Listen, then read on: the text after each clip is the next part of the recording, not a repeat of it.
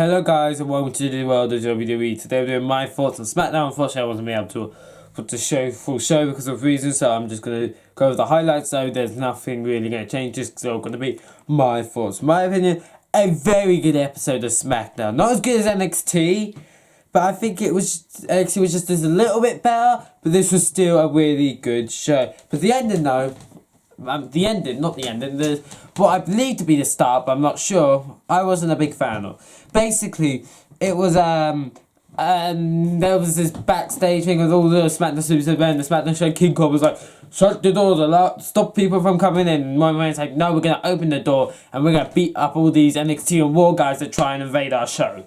And then Sasha Banks is like, no, I'm going to the ring, and and her team came to the ring, and they said they're going to put the differences aside, even to the kind of don't, to call out Team War. Team War's come out, and so yeah, that was and then they said, how about we have a captain versus captain match? Then Rhea Ripley comes out, and she says, my team, and I'm the captain of my team, which I believe was her, Rhea Ripley, Mia Yim, Candice LeRae, Tegan Knox, and somebody else.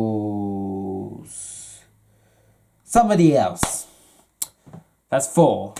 I can't think of the last one. I'm gonna kill some. Rhea Ripley, Candice LeRae, Tegan Knox, Mia Yim. It wasn't Dakota Kai. Jeez, what was it?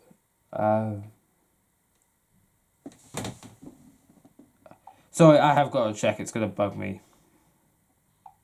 No, let's leave it. So, someone else. And then Rhea Ripley decided, let's have a triple threat match, and they did. The match was pretty good, really enjoyable, and I liked the way it ended. Basically, Charlotte Flair had a figure 8 on Sasha Banks.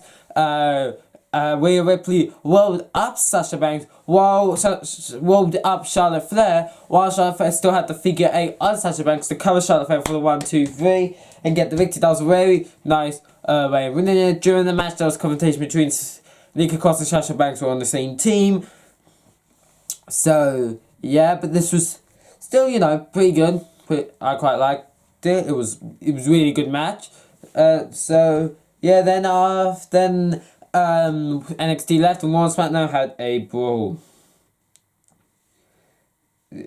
Next up, I'm going to talk about Shinsuke Nakamura unveiling the new Intercontinental Championship. In terms of what I think of the design, it is a good design. It is a good design. It looks great. But I prefer the original. I prefer the white strap and stuff. If they put this, if it had a white strap, then it would look brilliant. It looks good though, don't get me wrong. There's never been a bad Intercontinental title design, I don't think. But this was a good design. I really like the look. But it just isn't as good as the past one. And I'll probably start getting used to it. And maybe in the future I prefer it more than the other one. But we shall see. Then the Undisputed Era came out, and to say that because they were talking about, do you know who Intercontinental title, by the way, was a gift from Sami Zayn, and they're talking about why Shinsuke is going to beat AJ Styles, and they made fun of they don't know who the name of Roderick Strong is. So, and then the Undisputed Era came out, they came to the ring, Shinsuke Nakamura and Sami Zayn were on the ramp, and sorry, my phone's, yeah. And they were like, I'm Adam Cole, baby. And that's Roderick Strong. We're the Undisputed Era. And we're going to win. We've got business to take care of War Games. But at Survivor Series, we're going to beat Team Raw and Team SmackDown. Oh no, I've just clicked something. Okay. So, yeah, then the New Day come out. And it's like, we are going to, because of course the Undisputed Era, and then you're going to fit. So, how about we have a match against you guys? And the Undisputed Era is like, 4 against 2, we accept. Then they have a machine that came out, and they had their match, a pretty good match.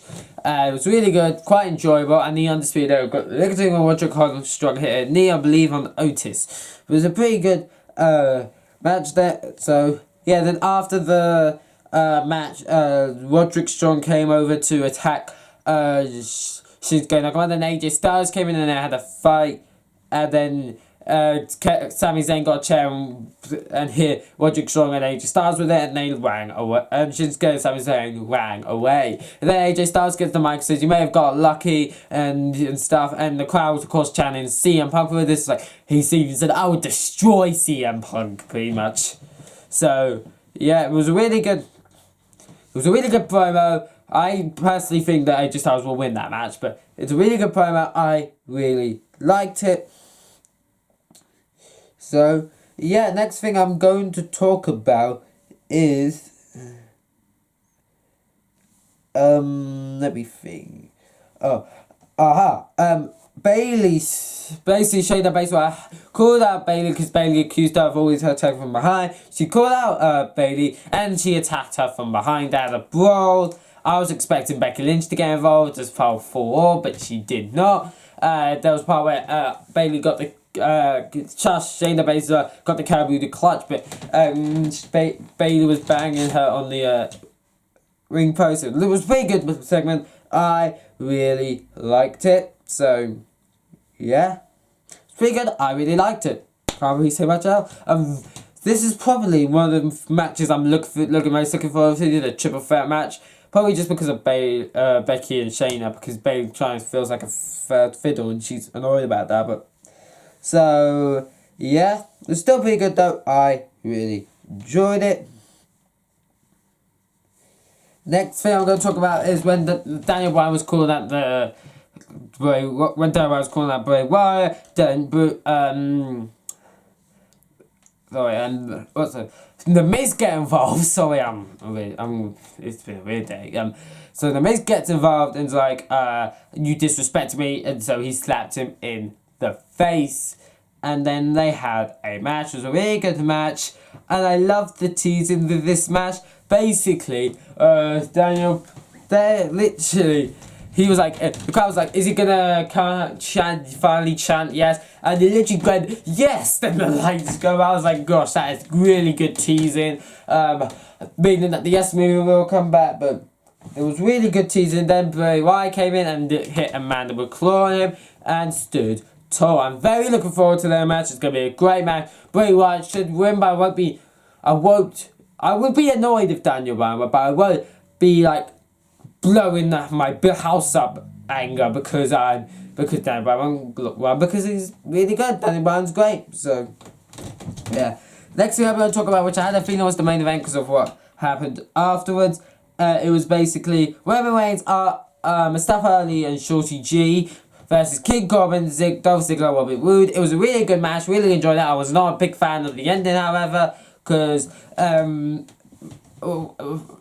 Corbin pinned Mustafa Ali to get the victory in Mustafa Ali's hotel of Chicago, Illinois. That's why people are chanting CM Punk earlier. Which was a bit annoying. I was kind of like giving this spot, but he didn't. So yeah, it was really cool. But that's for something else I'll talk about later. So it was a really good segment. I really liked it. I wasn't a big fan of the ending. Then I assume they continued fighting after the match because Roman Reigns hit like a spear on Baron Corbin. Then we hear "Burn It Down." Seth Rollins comes out through the crowd like Shield with all the War superstars. Roman Reigns and Seth Rollins have a stare down and they fight each other. It was a really good face off. They fought each other. The rest of Raw came in. It was there. Raw and SmackDown had the brawl when SmackDown superstars finally came in. Then Triple H came on with a tank like he did with WCW with all the NXT guys. And then Triple H went to the ramp, turned around and went like that. So all the NXT guys came running and attacking. That's kind of how the show went off the air. And there was two cool parts I saw that were WWE.com exclusives and SmackDown exclusives. One was during the brawl, because it kind of just ended with the unfinished brawl. Mustafa Ali, I think it's Cesaro. No, it would have been Cesaro. I don't know who he hit because they're both from the same belt, so it can't be him. But I think he hit like a Spanish fly onto everyone else on the outside. That was pretty cool. Then Baron Corbin was the one standing tall. He was like, yes, I stood tall. I'm crazy. Then DX came out. It was a bit weird. Like, they came out then. The music hit. It was like, we want you to join the DX. They were all like, yeah. And there was a lot of joke like, for the millions I'm watching at home, but this isn't, even though we're off, we're not recording, so we're off the air, so but people are going to get their phones out and record, and this will hopefully later on be in front of the millions and millions. That was quite funny. Then the crowd chanted Baron Corbin STD, and he was like, yes, basically the crowd, Triple H agreed with him. Then they Shawn Michaels hit the sweet chin music, and then Triple H hit the pedigree on Baron Corbin. Then Shawn Michaels like, and if you're not down with that, we got 2 words for you. Suck it. That was WWE.com exclusive stuff, but it's still really good. I really liked it. Overall, incredible show. I really enjoyed it. I would give it an 8 out of 10, and actually got an 8.5 out of 10, but still, this was a really good show. I really enjoyed it. I highly recommend it. So, yes, I hope you enjoyed this video. If you did, don't forget to like the video, subscribe to the channel if you haven't yet, turn notifications so you never miss a video. I'll see you all in the next video. Bye, guys. Bye. Hopefully, today you're getting this video. I'll also be giving my War Games predictions. And on the Sunday, I'll be giving my Survivor Series predictions. So stay tuned for that. I hope you enjoyed this video. I'll see you on the next one. Bye, guys.